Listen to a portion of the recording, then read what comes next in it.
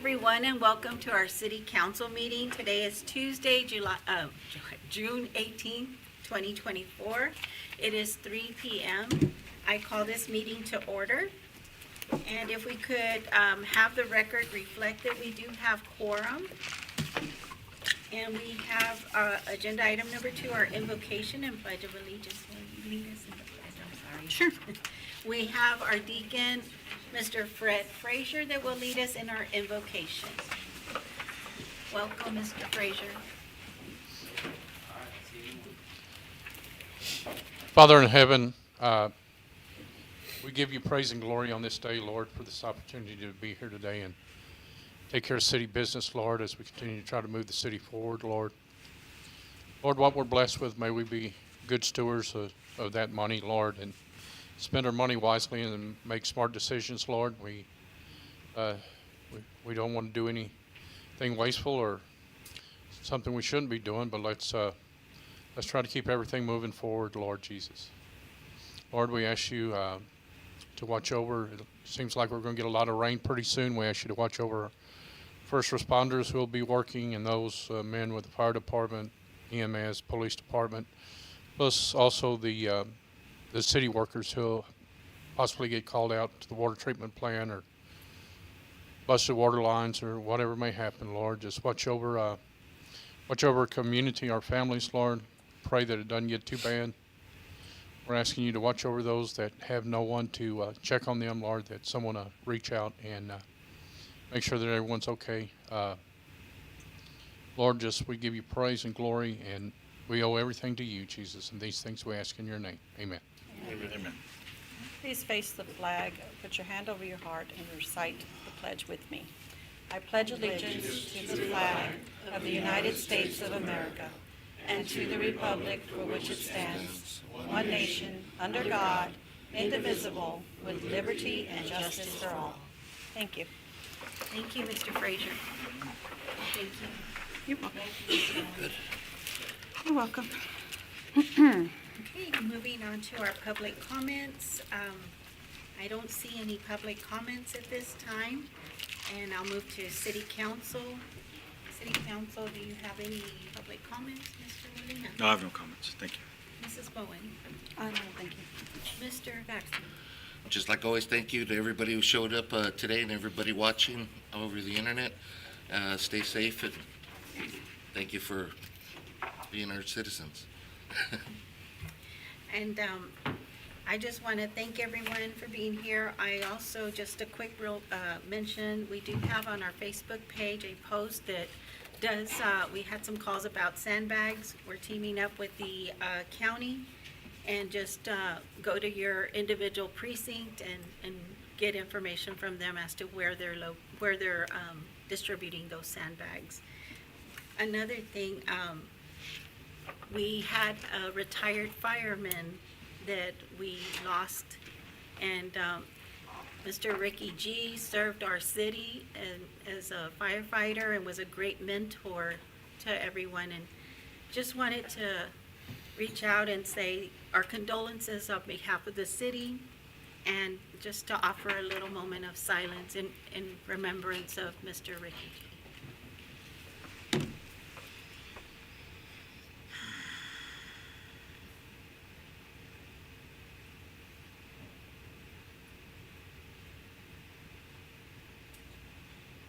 Thank you. We have some presentations. There is moving on to agenda item number 4, presentations. I have a proclamation for 2024 Summer Meals Program. I'm just going to read it off of here. There's no one to receive the proclamation. Whereas summer is the hungriest time of the year for many children, when families struggle to make up for lost school meals and food insecurity tends to increase. And whereas 53% of school-aged kids, 30 million in total, qualify for free or reduced price school meals, but don't get those meals when school is out for the summer. And whereas children who are food insecure are more likely to miss school, perform worse academically, experience social, emotional, and mental health challenges forego health care and develop chronic disease. And whereas the National School Lunch Program, Seamless Summer Option, and Summer Food Service Program, which are funded by the U.S. Department of Agriculture, administered by the state agencies, play a vital role in helping children from low-income and food-insecure households get the nutrition they need during the summer months.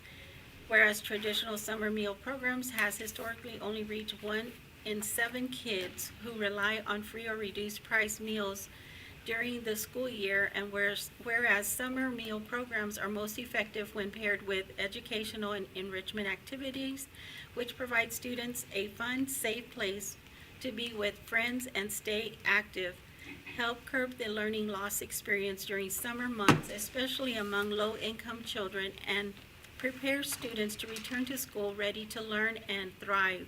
And whereas my administration is committed to increasing awareness about summer meal programs and helping ensure that more kids have access to summer meal sites in the city of Alice, so no child goes hungry this summer. Now therefore be it resolved that I, Cynthia Carrasco, Mayor for the City of Alice, do hereby proclaim Summer 2024 as Summer Meals Program 2024. Thank you, and thank you to all those nonprofits that have helped and have teamed up with us. Okay. We have agenda item 4.2, presentation and discussion with revitalization of Highway 281 task force regarding findings. And we have the chair for the task force. We have Mr. Victor Garza that will give a presentation. Welcome. Good afternoon, Mayor. Thank you. Thank you, Mayor. Thank you, council members and city staff for having me here. I understand I'm on a clock, so I do have a presentation, but I'm going to just hit the highlights for you and the main points. I do want to take this opportunity, as the mayor mentioned, in the chair of the task force. This task force came together about a year ago, so we've been working for a while for the benefit of the community, and I do want to take the opportunity to recognize some of my fellow task force members who were able to join us today. And let you know that this was a community effort, and it was not one person leading it. We were all working together. I kind of want to just start with a little bit about the background of how we came together and what our goal was. So I'll start by reading our vision statement, and I provided a text copy of the presentation, so that way you can refer to that now or later if you would like. But like I said, our vision statement is to create a vibrant, inclusive, and thriving commercial revitalization district along Business Highway 281 in Alice, Texas. This community-led initiative seeks to transform the corridor into a dynamic destination that celebrates our local culture, fosters economic opportunity, and enhances the quality of life for residents and visitors alike. So I think the key thing is there, the community-led initiative. I'll give you a quick summary of what we did. So like I said, there was 15 members of our task force when we started. We had 12 meetings throughout the year of regular meetings of the task force itself. We held 2 community forums, one in October of last year and one in spring of this year, March. We had a pretty good turnout. We felt very pleased with the turnout that we had for both of those forums, and we had a lot of good discussion coming out of those forums. In addition to the forums, we conducted what we call a business walk, where members of the task force and some volunteers went out into the actual community and knocking on doors, walking door to door, talking to members of the community, whether they be residents, property owners, or business owners along the corridor, to get some of their feedback and some of their input. In addition, we just had several conversations with community members throughout the life of the task force, and I do want to give a shout out to city staff and city manager for making his staff available. We got to talk to several city staff at different levels and different departments of what was trying to get a sense of the picture of what was going on in the actual corridor of Business 281. To give you a little bit of background, as you know, we had the bypass built for Highway 281. I believe it's been over 25 years now, coming up on 25 years now, and the impact was almost immediate in terms of traffic flow, very noticeable. And then with that came the decline of loss of businesses, loss of investment into that corridor. But it still remained the gateway. If you look at it today, it's the entrance if you're coming in from 281, whether it's north or south.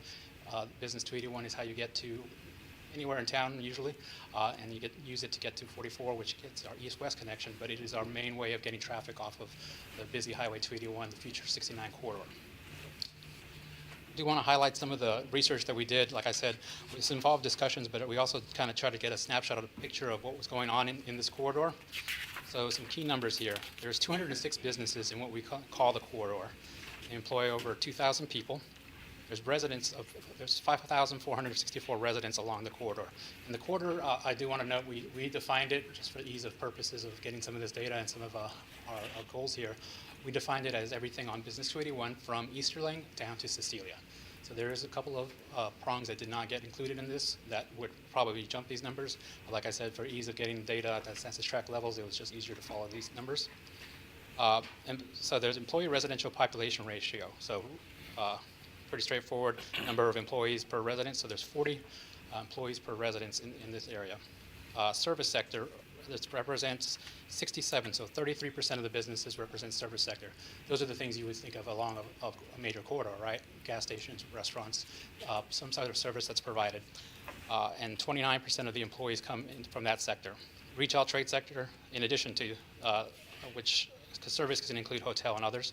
So retail trade is 20%. So if you look at it, over half of the businesses and almost half of the employees are coming in from that, servicing the traffic that's coming through that corridor. It's enough to keep them still going today, but it's definitely not what it used to be. So that's why we've seen this decline. So doing a little bit further deeper dive into the parcels that are along the corridor, we have 153 parcels along the corridor.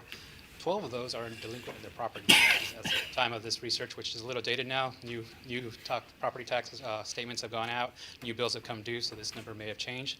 But that does represent a pretty significant amount of disinvestment in that just by property owners themselves. And when you look at the total value of the parcels, and this is just appraised value, you're looking at over $13 million worth of property along just this corridor. And this, again, it's just defined as that stretch from Cecilia to Easterling. And this is just properties that touch 281, not even counting the ones that are behind.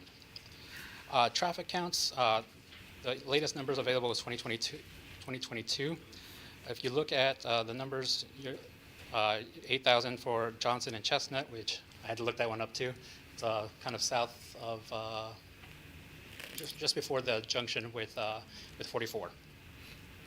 And then Falfurrias Highway at Cecilia was 7,000, and Falfurrias at Hub Street was 8,000. So it's a pretty consistent number if you look at it through there, and that's ADT, the average daily. For some comparison, the numbers on 44, depending on the intersections, were in the 14 to 20,000. So it is less, but it's not significantly less. It is a comparable corridor of traffic coming through and using that. Of course, these numbers don't tell you whether or not it's passing through or commuters going along that route, but that gives you a good representation. So I'll kind of skip the SWOT analysis because we've talked a lot about some of the different opportunities. I want to just go straight to what we've come up with in terms of our recommendations. We have an implementation plan. We've broken it down into kind of different categories, and I'll just start. So policy recommendations. These are direct actions that can be taken at the county level. We want to make it clear that the suggestions that we're making, while we focused on revitalization of the Business 281 corridor, do not necessarily need to be focused and applied only to that corridor. These are things that could benefit the entire community-wide policy recommendations. So one of the main things that we came out is a review and update of zoning regulations. There are current codes and zoning laws in place and ordinances in place. We just recommend that they get enforced and get focused on. I know I was at the last council meeting where the planning department was talking about, code enforcement was talking about that. We're encouraged to see the work that's going and the numbers that have been increasing there, and we would like to see it continue. And I'll tell you some of the feedback came from some of those property owners on the corridor asking for more enforcement of code in their area. They themselves, the property owners, want more enforcement for themselves, but also for other property owners near them to protect their values as well. Continue to increase enforcement of existing codes. Like I said, things that are already in place that can just be used and implemented. Some of the feedback we got from some of the business owners was use of incentives for small businesses. So whether it's property tax abatement, property tax, sales tax sharing agreements, but different ways that they could get some sort of help and assistance. One of the main specific things that we came out of it was a facade improvement grant program, some sort of matching program that would provide property owners, business owners with matching funds to do improvements to their property. One, actual funds to do the work, but also two, to not get a property tax hit once they put those improvements in. community engagement. This is, again, something that came out from the forums. People want to see an established regular forum for community input and participation in the decision-making process. I think one of the easiest things, or the low-hanging fruit that we kind of targeted, was the use of the business, of the boards and commissions. Keep getting those filled and people appointed and have the regular meetings held, because this would be an opportunity for people in the community to get their voice heard directly. Another suggestion that came out was city go forward with commissioning a comprehensive plan, strategic plan, and a capital improvement plan. Some sort of plan that people could go to and reference and know what's going to be happening in the near future, so that they can plan. Business owners, property owners can plan of their investment, right, to match along with what they're going to do. A lot of the comments we came across were, before I put money in, I want to see what else is going to be done there. Is it going to be worth my investment at that point? And then we kind of identified, or we don't want to just come to you with a list of demands. So we've identified some different funding sources that can be tapped into it. We've had some of these conversations at the TxDOT level, at the state, with our state rep office, and with our congressional representative office. But identified some different programs and funding sources that are out there that we could go for, whether they be federal or state. But then another one that we kind of identified is public-private partnerships. Again, whether they be done in some sort of Chapter 380 program, or a public-private partnership formalized agreement, or some sort of increment financing district, whether it be a PID, a TIF, or one of the other tools that are out there available to us, but to create the use of those public-private partnerships to increase investment from the public side and the private side. On the quality of life assistance program, we heard repeatedly, so Business 281 was a highway. It was a corridor. It was a main artery for many, many years. It is not that anymore. It can still be a conduit into our community. It's still the gateway of our community. But there are residents that still live there that want to be able to move around and to be able to enjoy their infrastructure in their community.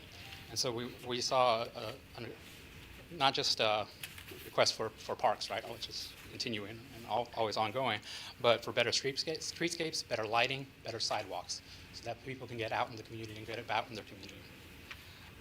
And again, wanting to do some sort of continual community engagement on that level, where they can make their voices and their needs heard. Another aspect that came out of the quality of life was the need for community events and programming to focus on the corridor, to bring more traffic through the corridor, and to bring traffic off of 281, the main 281, onto Business 281. Infrastructure, this one came a lot, not surprisingly, from our business owners, but improvements to the road itself and the sidewalk itself. We're fully aware it's TxDOT road and there's need for funding, but focusing some of the efforts there, and then putting some pressure on TxDOT and others to put that investment there. Again, the things that were highlighted on the quality of life, the lighting, drainage was another issue that was voiced by business owners and residents alike, and just improvements on the road itself, clear coat or clear top. All right, I think those are, like I said, the highlights. I just wanted to highlight the work that was done. Like I said, this didn't come out of thin air. This isn't things that we just came up with. These are things that we heard from the community over the last year through the work we've been doing. And we want to put it out there that this is not our final report, even though it may say that. We would like this to keep an ongoing conversation. We have come up with some draft ordinances that could be easily adopted, and these were not part of this package, but I can submit those separately, of ideas that we have, like I said, that would benefit the corridor, but could also benefit the entire community. With that, I'll leave it open for any questions. Any questions, council? So how long has this organization been in function? Like I said, we came together a year ago. A year ago. Actually, almost exactly a year ago. It was our first meeting. So what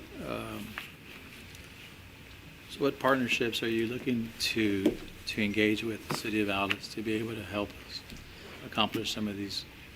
Sure, like I said, I think one of the biggest things, and I remember this was mentioned in another presentation as well from the code enforcement, is the opportunity for public-private partnerships. Public-private partnerships being opportunities with contract between the city and private investment, and whether it be property owners that are directly in there already or future people that are looking to make investment. And that could be done through Chapter 380 agreements and broad programs in Chapter 380, whether it be property tax abatement programs, sales tax sharing agreements, but different ways that, the burden's not entirely on the city, where there's ways to partner. A lot of those things are already available today. So we did look at what was available. We were talking about trying to do it targeted, right? So get some dollar investment amounts, some maybe specifically putting some geographic boundaries on the programs, where it's kind of modeled off of a TIF. I know we have existing TIFs that cover some portions of the area, but not the entire corridor. Right. So it would be expanding. And that's where, if you notice, we mentioned it a lot. It's expanding and implementing things that we already have in place, but it's going to them and making sure that they're getting done. Well, we thank you for all your efforts and everything you're doing to help Like I said, revitalize the 281 corridor. Like I said, it was a team effort. We had a team of over 15 people Yeah. working We thank through you it. and your team and The community getting involved as well and voicing their concerns. thank you very much. Mr. Molina, I have no questions. Thank you. Mrs. Bowen, No questions, thank you. Mr. Garza. I went to a couple of committee meetings, and I was actually excited to see how many people were participating. And I just hope that the participation and community involvement continues as you continue along your work. Thank you.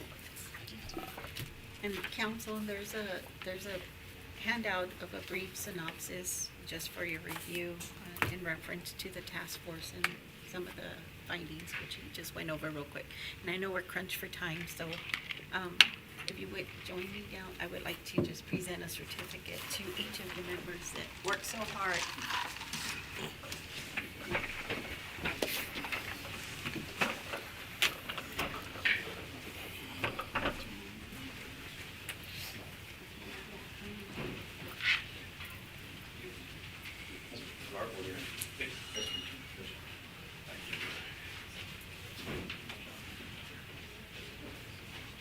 I want to thank the task force because the research that went into it for community involvement, really, I'm sorry, the community involvement that was done and all the dedication and the time they came, they took time off of their busy schedules to help us just to see what needed to be done, what could we do better, or give us some incentives or policy changes perhaps. And that's what mainly the goal was, to try to revitalize and make business 281 better and what we could do to help those businesses and residents and surrounding it. But thank y'all so much because y'all did a lot of work and I can't thank y'all enough for this.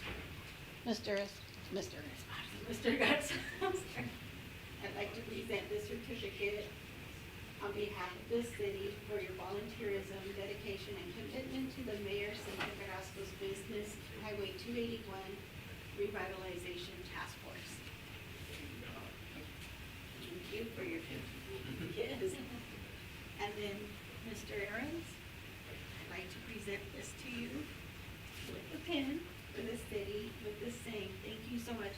Mr. Aarons actually coordinated phone calls with our congresswoman, with our different legislators. He reached out to TxDOT. He coordinated meetings with TxDOT that were very informative. And thank you for creating those relationships and working so hard on the policy committee. Thank you for your time. Ms. Coe, thank you for your time on the committee and task force. Ms. Coe did the quality of life. She was able to procure 40 trees for our community through this quality of life committee. Thank you for your work. I appreciate everything. Thank you for your invitation, Mayor. I hope this really starts a true collaboration between our city council and our county and our citizens. I've seen positive, so I'm so excited about it. And then, where is Ms. Jennifer? Hey, you have to come over here. Here. She was trying to hide. And just, thank you for all your work. Thank you for, and then council member, Mr. Garza. You contributed your input and showed to some of our meetings, and thank you for your. Thank you very much, Mike. And you're here too? Thank y'all so much from the bottom of my heart. I really appreciate it. Thank you so much.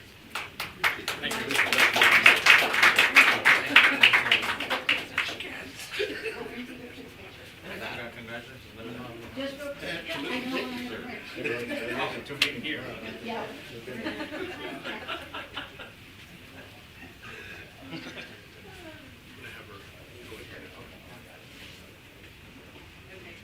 If I can just a little bit to get on the, in a window. Okay, perfect. 1, 2, 3. 1, 2, 3. 1, 2, 3. Thank y'all. Thank y'all so much. Thanks, sir.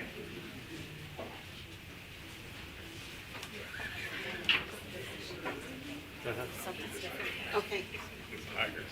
All right. So what do we do? Right now, let's go ahead and adjourn an executive session. We have like several people that are here from out of town. Okay. So All right. Mark really needs to get out. So, We'll just jump to executive session right now. okay. And we can come out and go back in All right. to that. We're on a time crunch, so, council, if you're okay, we can move on to our executive session, and then we'll come back to the other agenda items. So at this time, we'll go to agenda item number 7, executive session. In accordance with Texas Government Code 551, Subchapter D, the city council will now recess into executive session, closed meetings to discuss the following. The city council may enter into closed or executive session to discuss the following pursuant to consultation with its attorney, Texas Government Code, and subsection 551.071, 7.1, consultation with attorney regarding an update on litigation involving the multi-use facility, 7.2, consultation with the attorney regarding contract with the water authority. Okay. Thank you, everyone.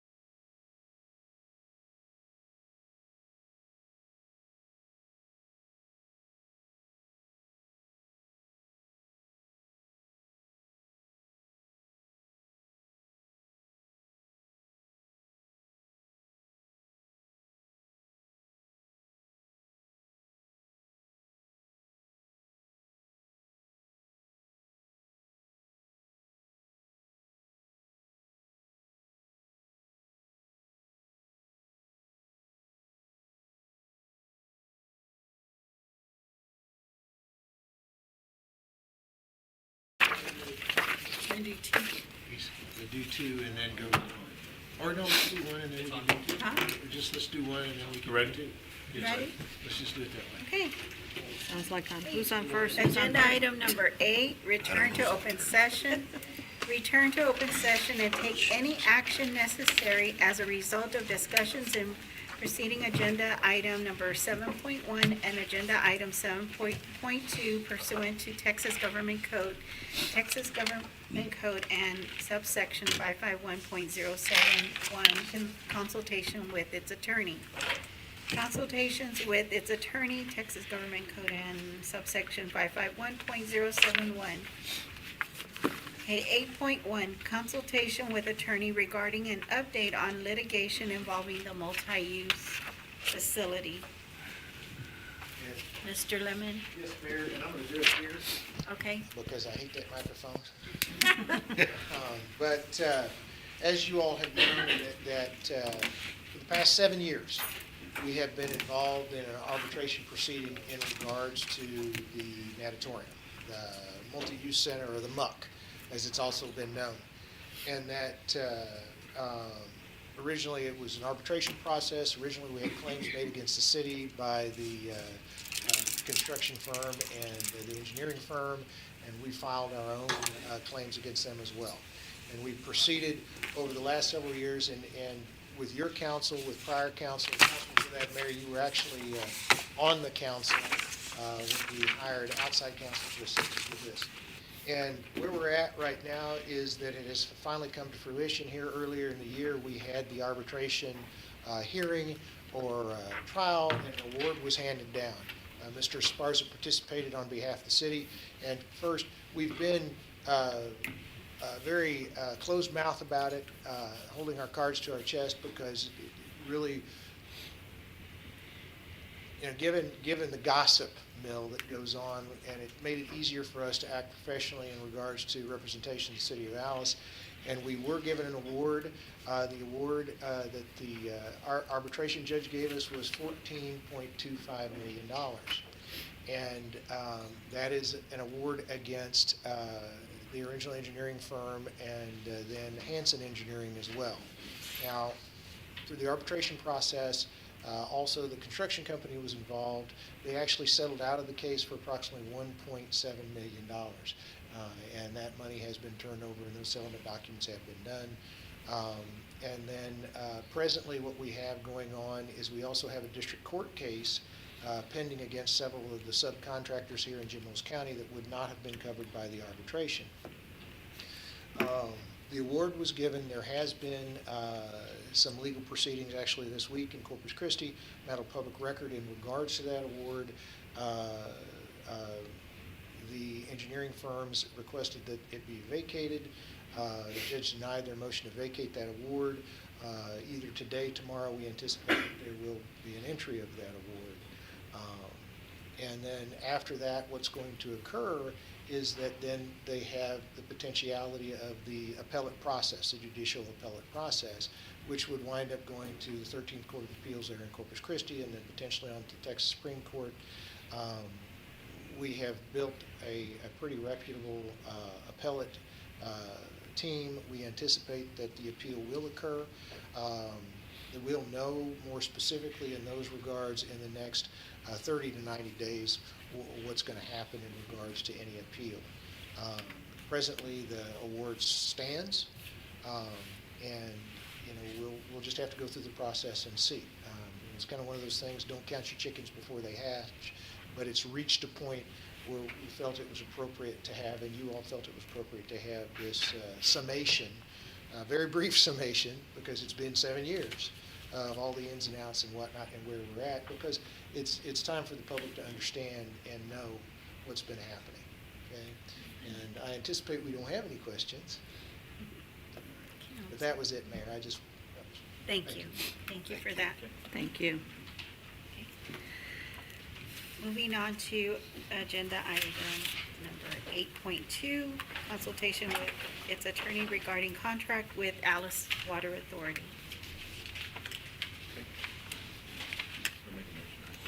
I don't have it anymore. Yeah, just make a motion. No, I'm saying, that's right. Yes, sir. Yes, sir. Mayor, I'd like to make a motion to authorize city manager to negotiate and execute an agreement with the Alice Water Authority to assist in construction costs for the completion of the water project, either through awards, grants, or non-interest loans. Second. Okay, we have a first and a second. All in favor, say aye. Aye. Any opposed? Okay, motion carries. Thank you, council. Okay, so now we'll go back, and I apologize, we kind of moved because we were on a constricted timeline, but we'll go back to our presentations. We do have a 4.3 presentation and discussion by Mr. Martin Ornelas with Real Incorporated regarding transportation services and updates to services. Thank you so much, and I apologize for our delay. Good afternoon, Mayor, council members. Thank you. I'm Pam Garza. I'm here on behalf of Martin Ornelas. We're very busy right now because of the weather that's coming in. We're trying to get everything situated with our transportation. As you know, we do cover transportation for 9 counties, Jim Wells County being one of them. So we have a big area that we need to get situated for. So thank you for having me. As you know, Real's been providing public transportation services since the 70s here in Alice in Jim Wells County. And since then, we've worked diligently on seeking new and innovative ways to improve these quality of life benefits for the residents of Alice and Jim Wells County. In the last few years, we have launched more targeted effort in seeking innovative approaches that better serve the riding public while engaging a large group of stakeholders whose clients are dependent on the use of public transportation. And I'm so excited to be here to give you an update and let you know the projects that we have coming up. One of the projects that we have is the goal of reaching a milestone. We're on the brink of launching 2 new service strategies that we believe will greatly enhance the way public transportation services are delivered and are increasingly respond to the transit needs of Alice. One of these new efforts is our expanded service hours. So currently, our service hours are Monday through Friday, 7 to 3. Effective September 1st, 2024, we will increase the total of 6 additional service hours for demand response services that will now be from 5 a.m. to 8 p.m.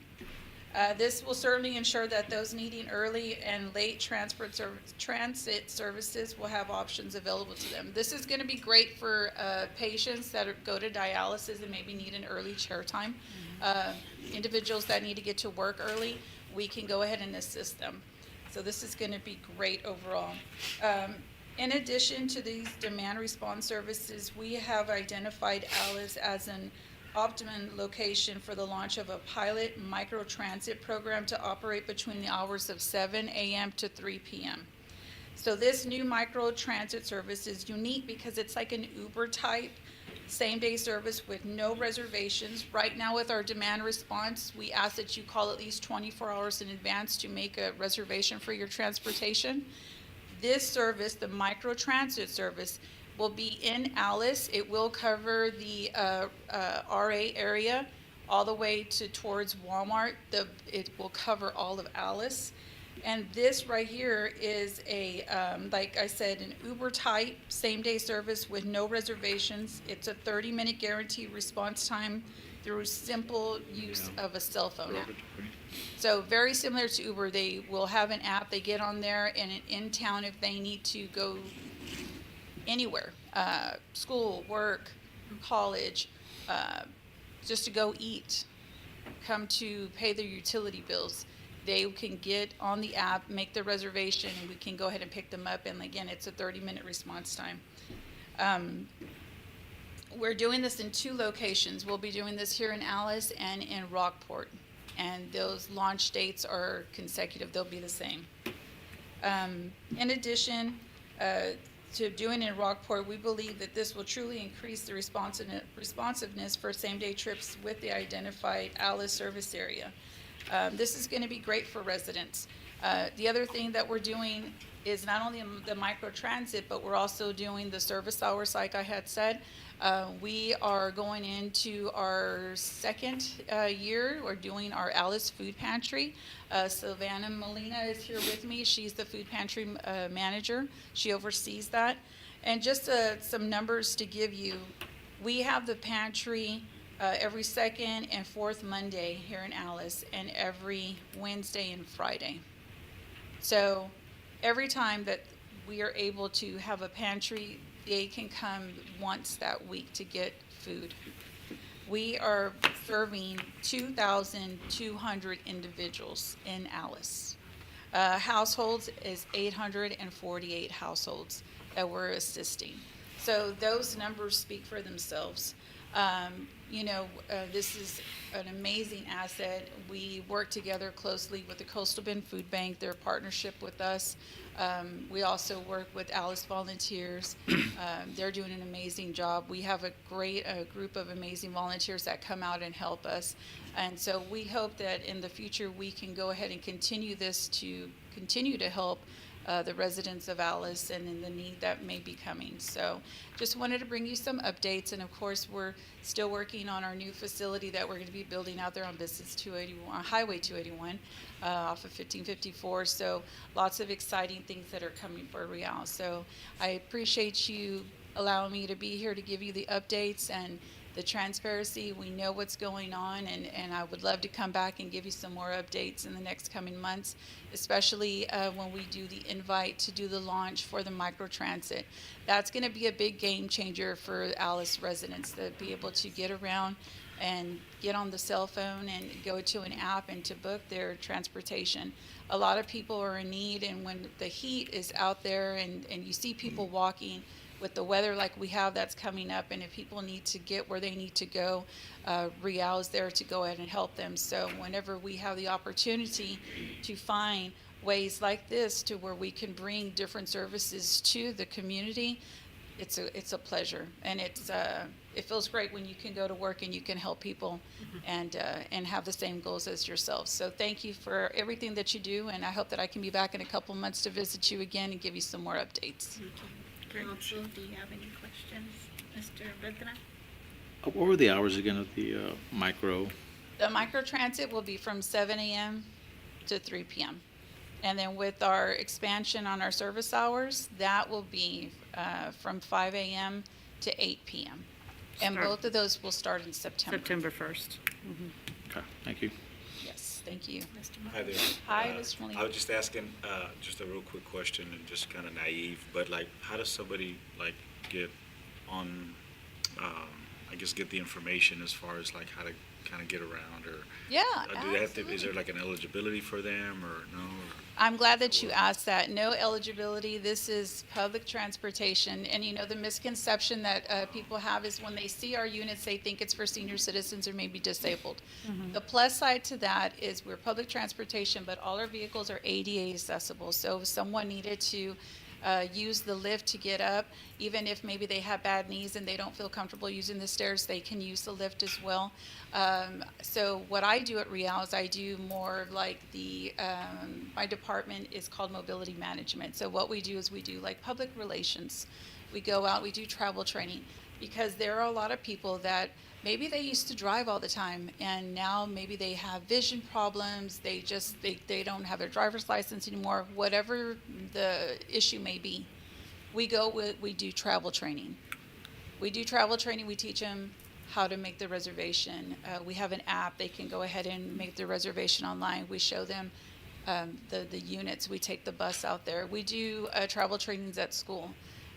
If someone wanted an individual travel training, they can just give us a call and we can go out there and we can get them familiarized, because we have different sizes of units on our fleet. So we have units that can carry up to about 15, 16 clients on their, passengers, and then we have vans that can carry about 3 to 4. So it just varies. We have different sizes. But we're public transportation. We pick up and take kids to school that the school bus isn't able to take. We take people to college, to work. People just want to go eat at a local restaurant, go to the movies. Little things like that are big things. And speaking for myself, whenever you have a car, it's just easy to jump in your car and go. And sometimes we need to stop and think about, what about individual that can't do that? When they can't do that, there has to be that resource. And we're very blessed that we are able to cover 9 counties. But speaking for the city of Alice, we're very blessed that we have public transportation here.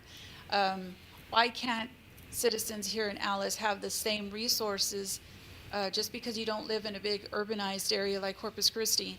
You still have public transportation. And so it's a blessing that we have that.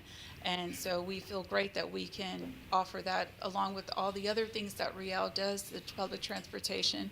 It's an amazing resource for the community, but we're always there. So yes, Councilman Molina, if someone has a question and they've never used public transportation before, they can always give us a call, and we'd be more than happy to assist them through the whole process. But I was one of those that thought it just had to do with, senior citizens. Yeah, and I hear that all the time. Apologize. Yeah. I'm glad I asked, and Yes. y'all are a godsend, and God bless your hearts. Thank you for doing that. Thank you. Appreciate it. We love what Blessed. we do, and if you want to go by and visit us at Real, you can see that with anything that we do at our housing, our day activity center, our South Texas Community Clubhouse. Our whole goal is to make an individual feel, that they're loved and that the resources are there, and serving the rural community. I'm from a rural community. I grew up in Freer, and those resources are so important to have out in the rural community. You never should feel just because you don't live, like I said, in the urbanized area, we don't have access to that, but you do. And so that's what our job is in my department. Me and my team go out and we let people know, no, you have this, take advantage of it. And so Pick it's us up. always a blessing. That's So good. come pick us up then. We'll come pick y'all up.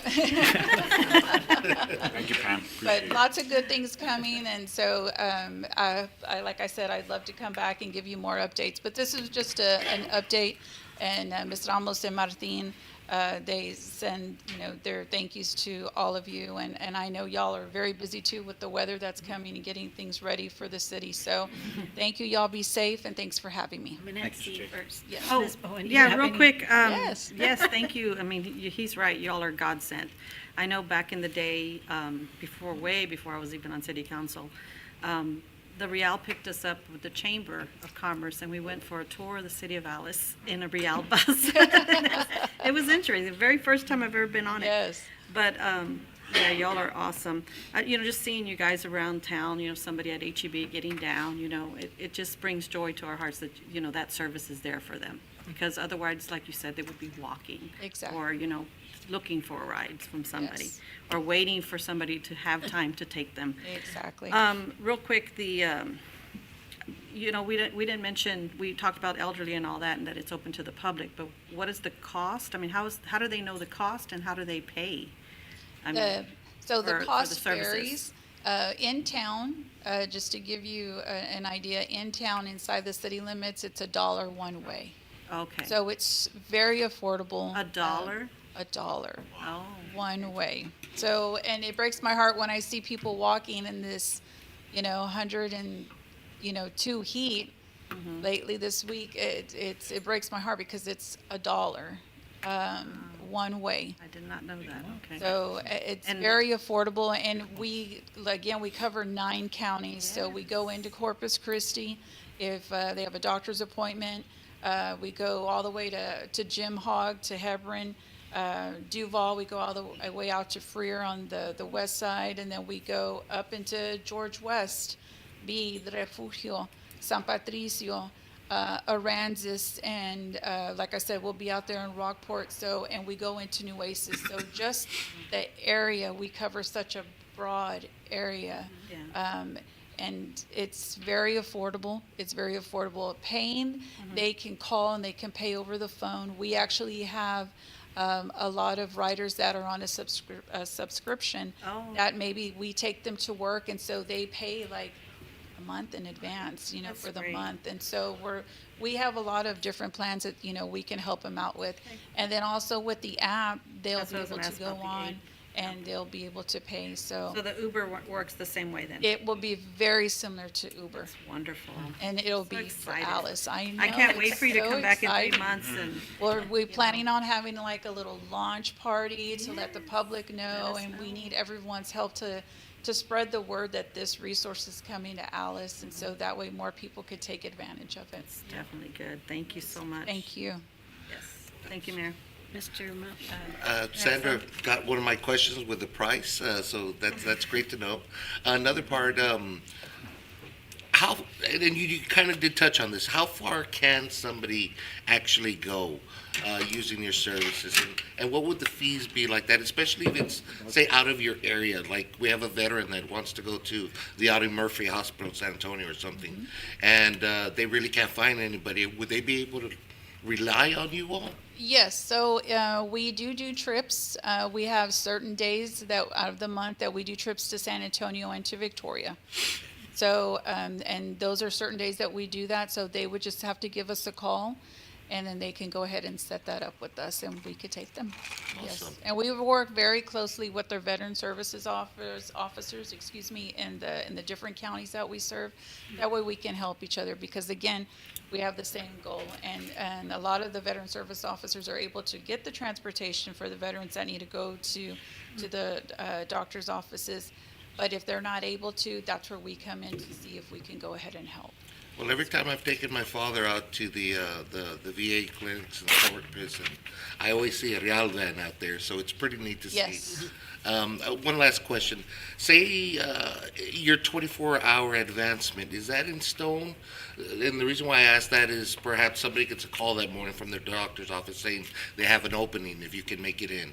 Are there certain exceptions, or is it pretty much stuck to the 24-hour advancement? Yes, Mr. Garza. So if they give us a call and they say, hey, my doctor can get me in, we can see if we have same-day services. It's just based on availability.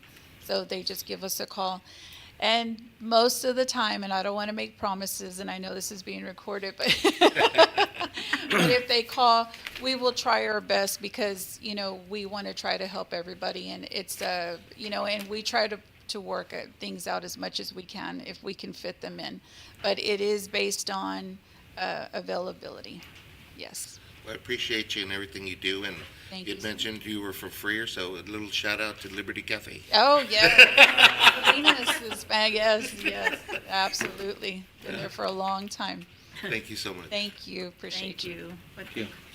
Thank you, and thank you for this update, and we're looking forward to bigger and better things. Y'all are very humble. Y'all don't usually go out there and do, because y'all do provide a lot of services. Thank you. And I found out when I went for the first time. I was like, wow, I didn't know. But thank y'all for what you do. Absolutely. You're huge. And thank you.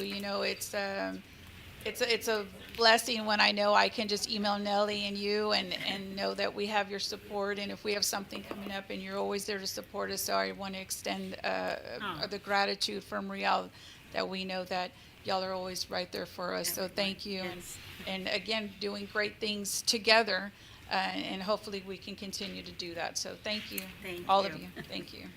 Thank you for waiting. I'm sorry. I'm sorry. So sorry, Pam. Sorry about that. Thank you. No, thank you. Bye-bye. Stay safe. Okay, moving on to our agenda item 4.4, presentation and discussion by Bill Norris with Norris Leal LLC. Good Hello. afternoon, Mayor, City Council. Just a brief update on the water supply project. I just want to kind of give a little bit of a background. We do have a milestone coming up on Thursday and Friday of this week. And I got to thinking about how we put these projects together. In a normal circumstance, we'd have this project, you'd have a general contractor, and he'd coordinate with the city, hey, I'm going to start this up. Well, we have more than general. We have AEP, 7Cs, McDonald, Weisinger, the city, and Norris Leal trying to coordinate everything together to come together at one time.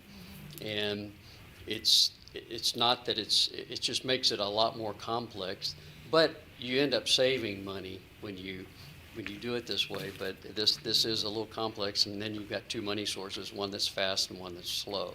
So now you've got to combine that with all the different things that you have to do. So with that said, what's coming to fruition on Thursday is we will have water. The electricity is going to be hooked up to the temporary pump to provide water to 7Cs so they can start their testing operation. and hopefully be treating water, because you've got to get that tested, run and tested, and then you've got up to city, our approval from TCEQ within 60 days to put water into the system. So it's really big news. It's taken a while to get here, and it's not been an easy task for any, but I have to hand it to the city. It's like they're just one of the contractors in the dirt with all of us. So it couldn't be done without one of these groups. So, and Odie and her strong arm AEP too. So. So that's pretty much and then we'll worry about well number 2. I want to get well number. We're focused on getting the first well up and running and the plant up and running. That's the main thing. Because we're not getting any more water. It looks like we may have some, but we'll see. Council, Mr. Beltran, any questions? I just have a statement. We're almost, almost ready to be drought-free in Alice, Texas, huh? That's great. Thank you. Mr. Molina? Thank you, Bill. Yeah. Appreciate it. Thank you. Mrs. Mo? Thank you for your time. Thanks, Mr. Bill. Garza? We'll bring hopefully glasses of water in the next week or so. Month or so, Ready. I should say. I'll bring some bottled water. No more bottled water. No, No, that's say Alice, Texas on them. What bottle are We're going to bottle our own water. Okay, Possibility. that's not a bad idea. agenda item number 5, consent agenda. All consent agenda items are considered to be routine by the city council and will be enacted by one, I'm sorry, by one motion. There will be no separate discussion of these items unless a member of the governing body so requests, in which event the item will be removed from the consent agenda and voted on separately. 5.1, discuss, consider, and act upon approval of city council minutes for May 21st, 2024 city council meeting. Council, anything in reference to the consent agenda? If not, Mayor, I'll entertain a motion. I make a motion to approve the consent agenda as stated. Second. Okay, we have a first and a second. All in favor, say aye. Aye. Any opposed? Okay, motion carries. Thank you, council. Excuse me, Mayor. I'm going to step out for this. Okay, well, that's what you, it's like, okay, we do have a form that was filled out to recuse, okay, for a possible conflict of interest. Agenda item number 6, individual consideration. 6.1, discuss, consider, and act upon accepting and approving a replat of Hillview Estates Section 2, lots 3R and 4R, being a replat of lots 3 and 4, Hillview Estates Section 2, to the city of Alice, Jim Wells County, Texas, according to the map of plat thereof of record in volume 7, page 16, map records, Jim Wells County, Texas. Thank you, Waylon. Good afternoon, Council. What we have for presentation is a minor replat. They followed the short form procedure to specify, that it is a minor replat. These are 2 lots situated adjacent to each other in the Hillview Estates, Section 2. Lot 4 has a house built on it, has a dwelling, and Lot 3 adjacent to it on the east side. It's a vacant lot, but it is looks like a shared yard from the aerial view. And what the owner wants to do is move the property line approximately 8 foot to the east in favor of the house with the lot with the house on it. And the lot that is being shrank in this process, it still retains the minimum square footage for housing. It also retains the minimum frontage required, which is 70 feet as per ordinance. So I'm trying to think what else here we have here. It's very minor, very simple, and we don't have any explanation of why the owner is doing that, but it seems that he is trying to make his lot larger in preparation of either selling or utilizing the adjacent lot for a different purpose. Okay. And on June 11th, this was presented to the P&Z committee, and it was sent out for approval. Okay. Okay, council, any questions? Mr. Beltran? I have none. Mrs. Bowen, any questions? No, he answered. I just wanted to make sure that the second lot had Right. sufficient amount of property there. We're good. Okay. Thank you. Mr. Garza? And again, just to clarify, it's the same owner of both properties? Yes, sir, I believe so. No questions, thank you. Initially, when I saw this, I was like, why are we having the gentleman replat? Because I wasn't sure, like, okay, so what you explained now.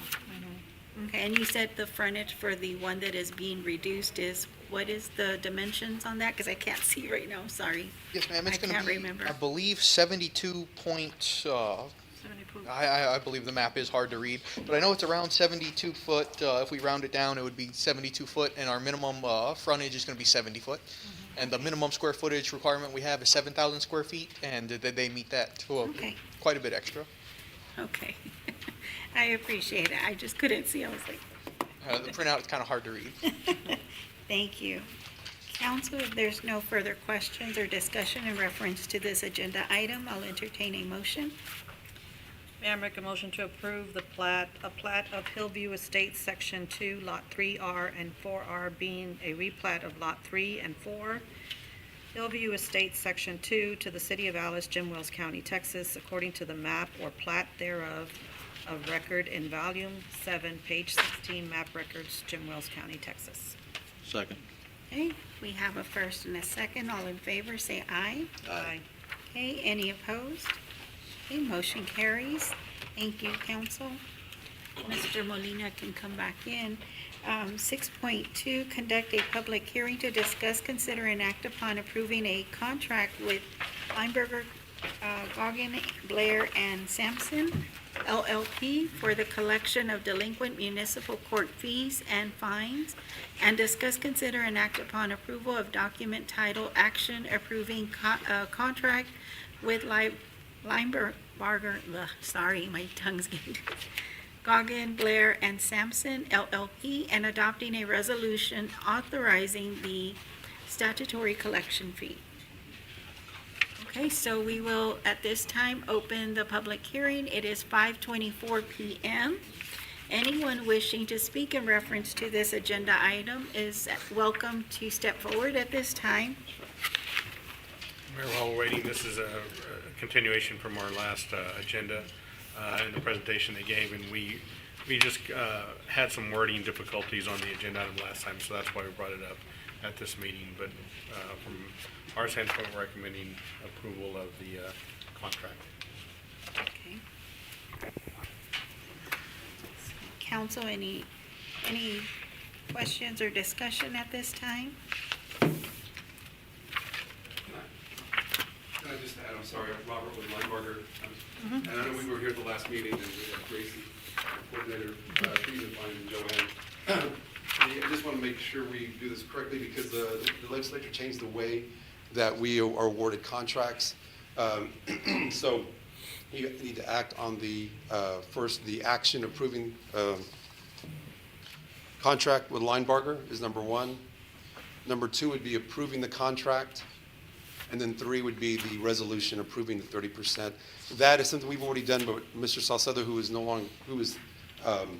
out with surgery, he likes to do that just to clarify the fee of 30%. So there's three action items. Again, the action approving the contract, the actual contract, and then the resolution. So I just wanted to add that. Okay. Is it written correctly to be able to make that? We can approve the contract with them and then go on to approve the documents with them. And there's a third, what's the third? The resolution? Yes, approval of the Well, contract. the documents is the resolution? Look at it this way. Approval of the contracts, approving the terms, approving the document that actually sets out those terms, and then the resolution which takes action to do so. Right. And so, yes, that's the way it's structured in. Okay. And the resolution. agenda. The second page. Resolution. Okay. It's one motion. Yeah. I would make three motions. The first one being, and the first motion I would suggest would be a motion to approve the terms of the contract as presented by Lineberger for the I'll make a motion. The to collection accept- of delinquent Action approving municipal the court. contract. To approve the contract We as have- Lineberger has presented. We haven't closed the public hearing yet, Oh. so, Oh, hello. yeah, So, in just a moment. We'll yeah. close it? The horse before the, Ay, no sé. The character. yeah, something like that. Okay. So seeing no one else that would wish to come forward and speak in reference to this agenda item, I will close the public hearing. It is 5:27 PM. Okay. Okay? Were you gonna do it? There's no discussion or no questions in reference to the contract or anything? We're good. No? We reviewed it the last time you were here. Oh, y'all did. Okay. 30. Mr. Lemon, there wasn't anything on the contract, like some of the verbiage or anything? no. That's good? it- it- Accept the contract. It was fine, Your Honor, or Mayor, and we just want to approve the contract with Lineberger, Gogan, Blair, and Sampson LLP for the collection of delinquent municipal court fees. Okay. Okay. That's the first That's what one. I'm trying to do. That's the first one. Okay, so council, I'll entertain a motion. I'll make a motion to accept the contract with Lineberger, Goggin, Blair, and Sampson LLC, LLP. Ping, as For the collection of delinquent municipal court fees and fines. for the collection of the delinquent municipal court fees. Second. Thank you, sir. Okay, we have a first and a second. All in favor, say aye. Aye. Any opposed? Okay. Motion passes. I'll entertain a second in reference to, The document. The resolution. And the next one, No, the I document. forget where it is, just approving the actual document. I'm sorry? It's just, the next one is just actually approving the actual document. correct? That's correct. That's correct. Approve of the And so, document title. so what do you want? A motion to approve and as you have it, approve the document entitled Action Approving Contract with Lineberger, Gogan, Blair, and Sampson LLP? Correct. That's correct. So we would call for a motion approving the document titled Action Approving Contract with Linebarger, Gogan, Blair, and Sampson LLP.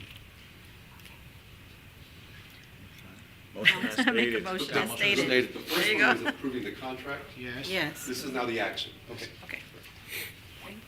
That motion is stated. Second. Okay, thanks. We have a first and a second. All in favor, say aye. Aye.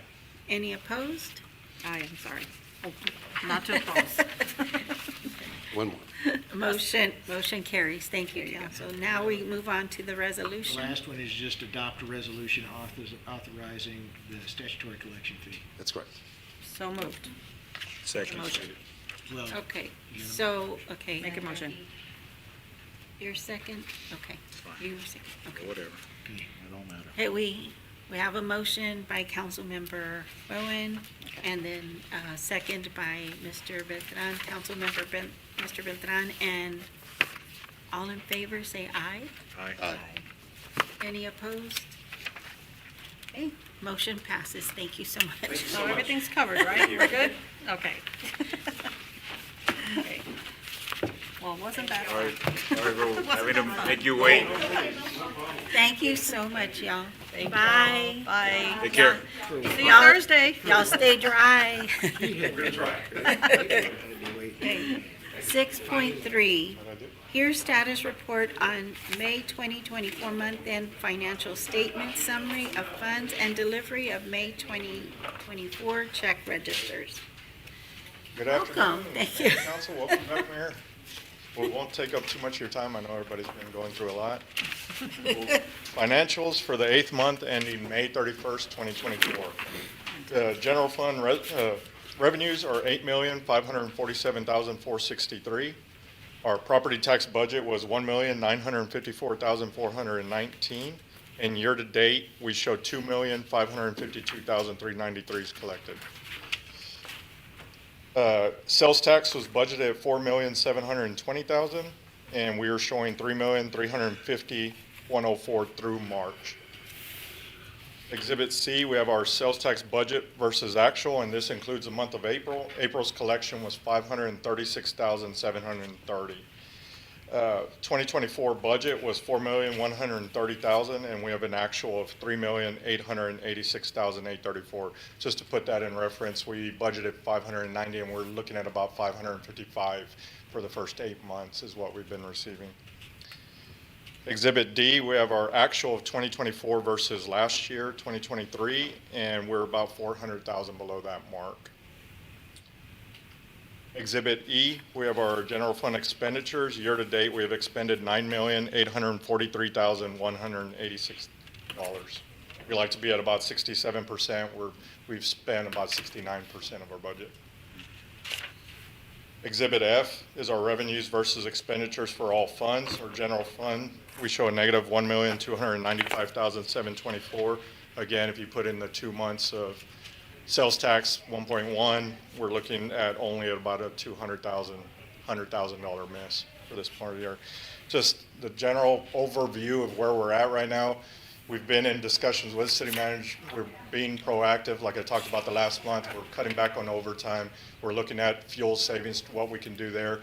Now we've taken another step further. We're looking at repair costs. If it's a major repair, is it vital? Does it have to be done to keep our business moving, or is it something we can push off till the end of the budget, or perhaps next year? Same thing with travel. We've cut back with travel. If it's not something to be licensed or certified, we're trying to hold back on that. So just to give you a thing, we're still doing all right once sales tax comes in. But again, city manager's meeting with us consistently. We're going to directors, and we're all trying to do our part to make sure we finish out the year properly.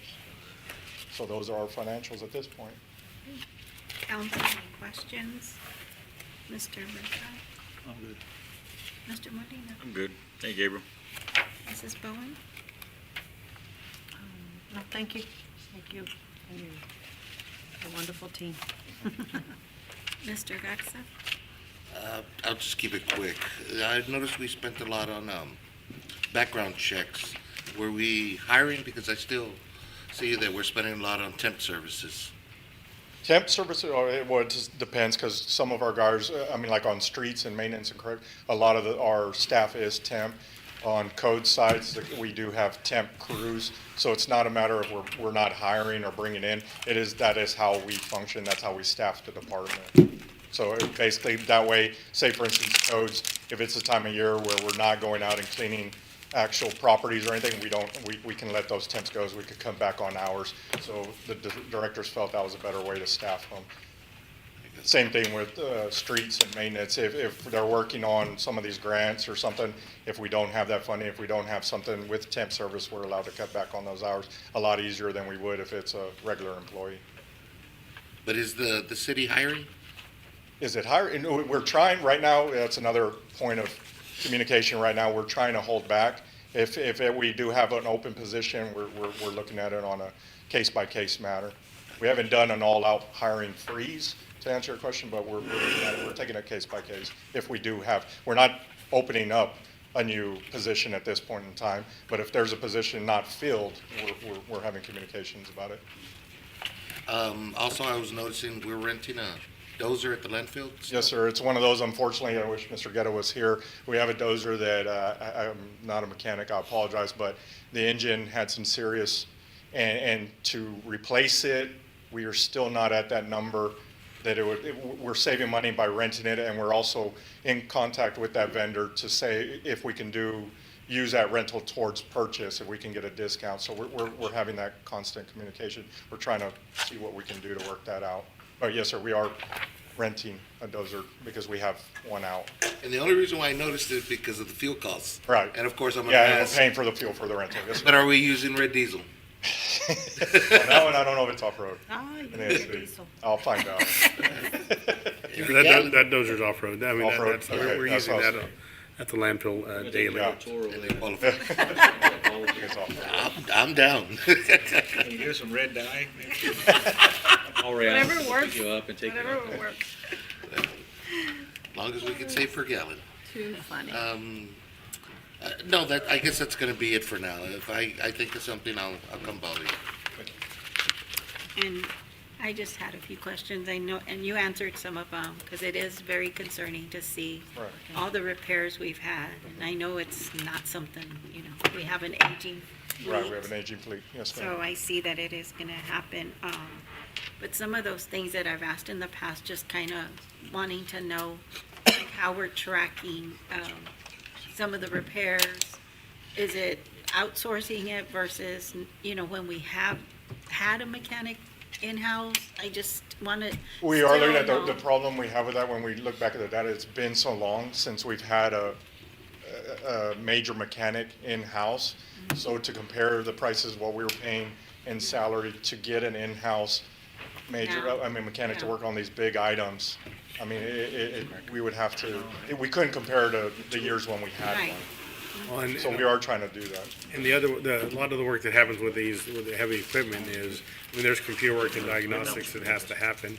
And So we- just and we- purchasing that software. Yeah, and just any kind of software costs quite a bit of money, and as time goes on, the heavy equipment does get, it's a lot harder to work on. The one thing that, I don't know if this has happened or not, but I know that like now we have more and more going out for repairs, and it's hard to get the or the whatever part, and there's a delay, and Right. I don't know if now we overwhelm some of the locals, and they're having, I was just kind of wondering, how does that work? We actually had Desiree working with some of the directors, and she's been in contact with them and trying to see pricing, seeing parts, so we're trying to do our part of due diligence. Okay. On here, I had seen, because it said that some of on the general fund, we're over on some of the line items. Mhm. I was just kind of curious, what The is? highlighted ones, the blue ones? Yes, there was one, let me see, where was it?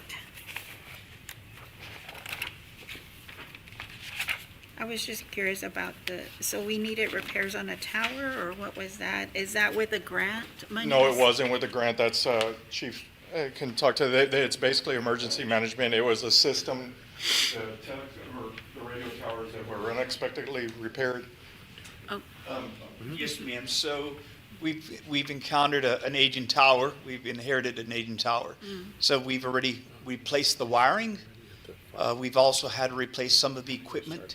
And then it got so hot because the air conditioner was so old that some of the equipment went out. Oh, So we've replaced, the county has pitched in, they bought the air conditioner, and we've replaced the equipment that needed to be replaced. Actually, we borrowed some equipment from Gonzales Sheriff's Department. They were gracious enough to lend us some of the Okay. equipment until we get ours fixed.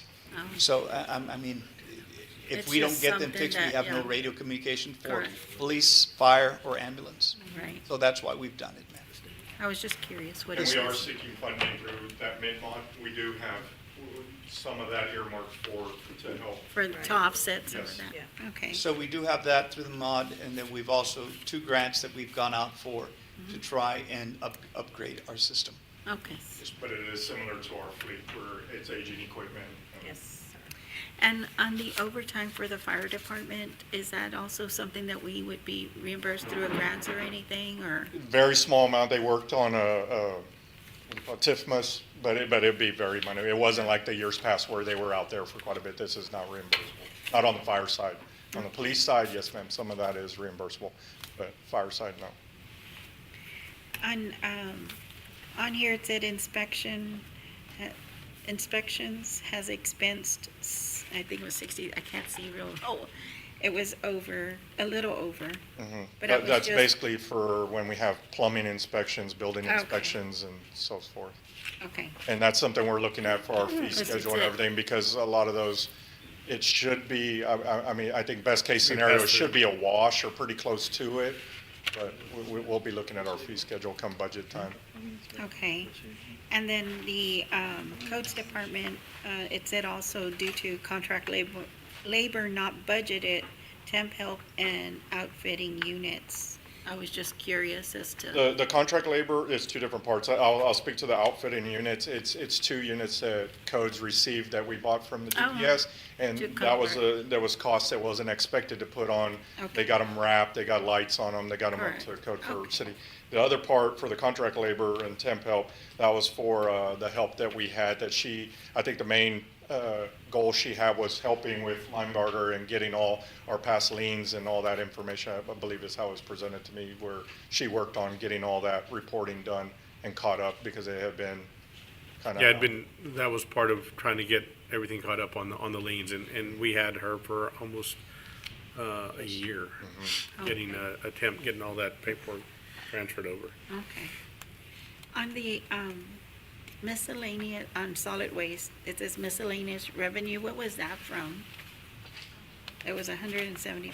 I mean, that's great. I think it's a good thing, but I was just curious.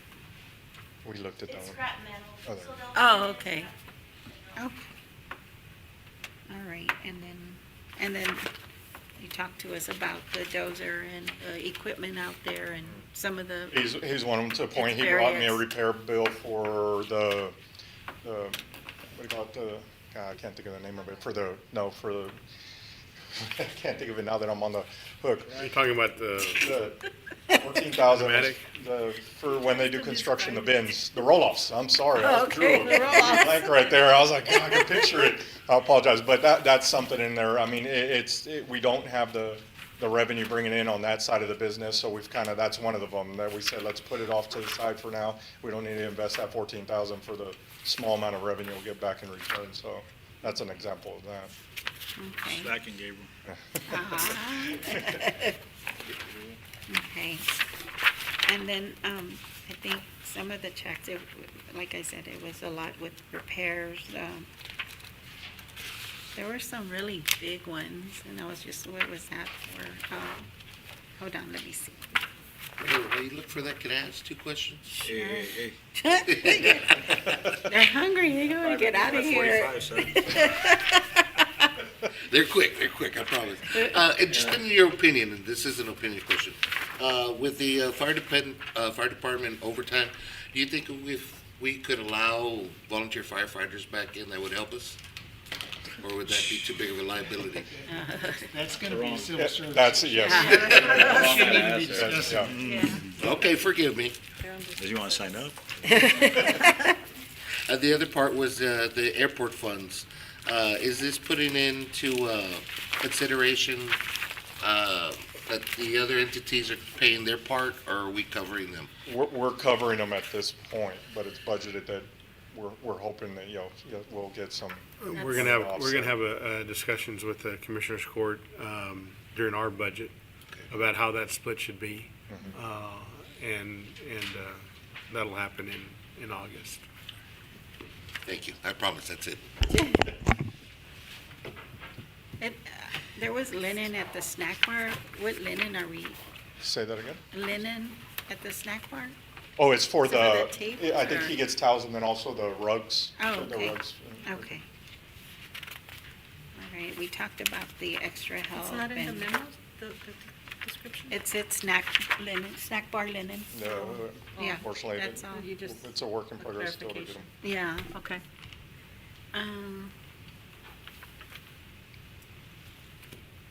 And then we talked about chemicals, and, yeah, that one's tough too. Okay.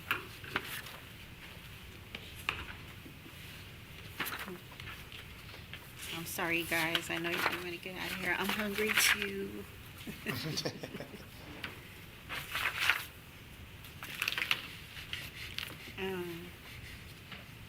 I know I had seen one for TxDOT, but those are reimbursable, right?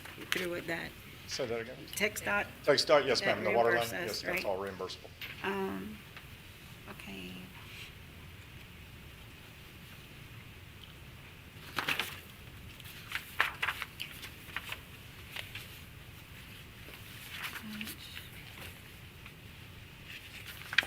A lot of it was contract labor and extra help, but y'all answered all that, so let me see.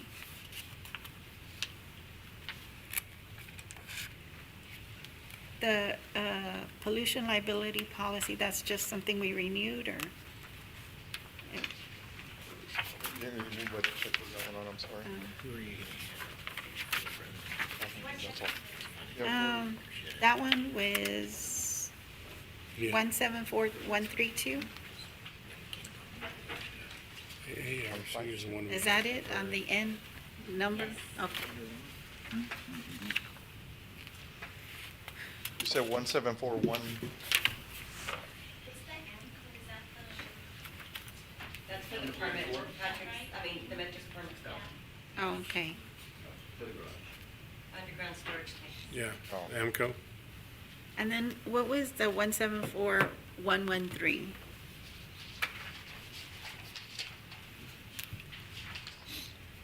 Was it two? Yep. Oh, 113. It says repairs to unit 840. Is that a big, It's 30,000. yeah, Let's see. it's For 30,000, maintenance and construction, so it's probably. like a big unit, or, I mean, big Maybe it's the equipment? jetback truck, I'm thinking maybe. Patterson Right, it's the jetback. Okay, vacuum. okay. And then we had, software's PTS Solutions, it says software, view-only annual software maintenance. That was for the- 8,750. Police department. Oh, okay.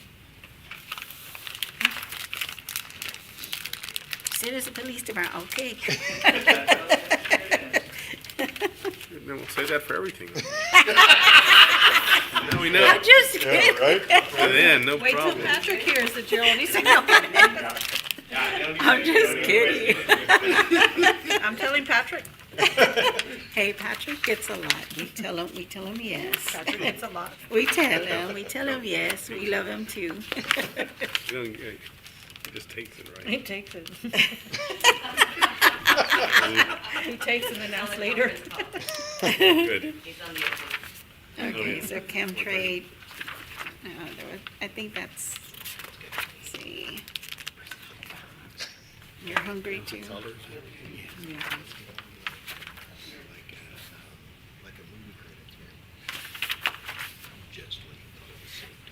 The 53,000, that was 174,168.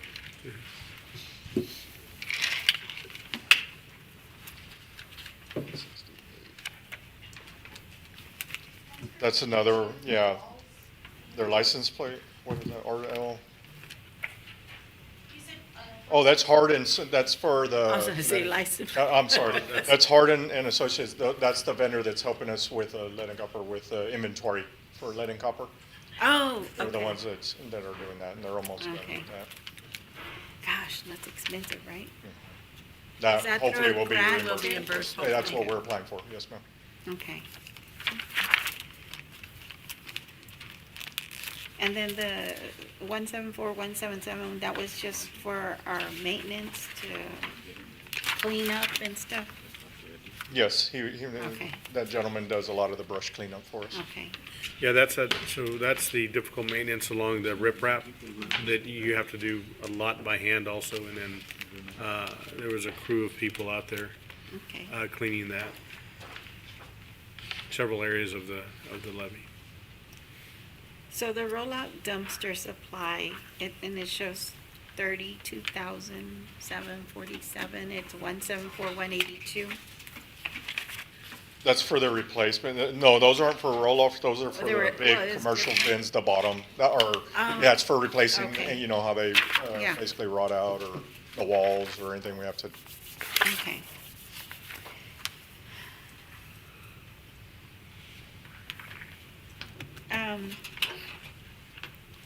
We have professional services, that one's 174,200.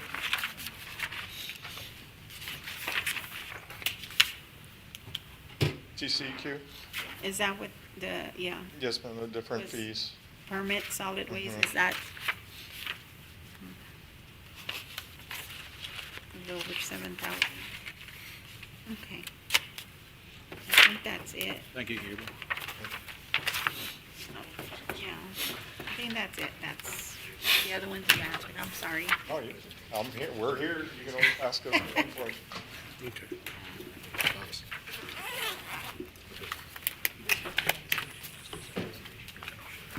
Okay, thank y'all. I appreciate it, thank you. All right, council. Woo-hoo. Okay, so agenda item number 9, adjournment. Do I have a motion? Mayor, I make a motion to adjourn. Okay, we have a first and a second. All in favor, say aye. Demetrio. Any opposed? Meeting is adjourned. It is 5:52 PM. Thank you all so much. Thank you.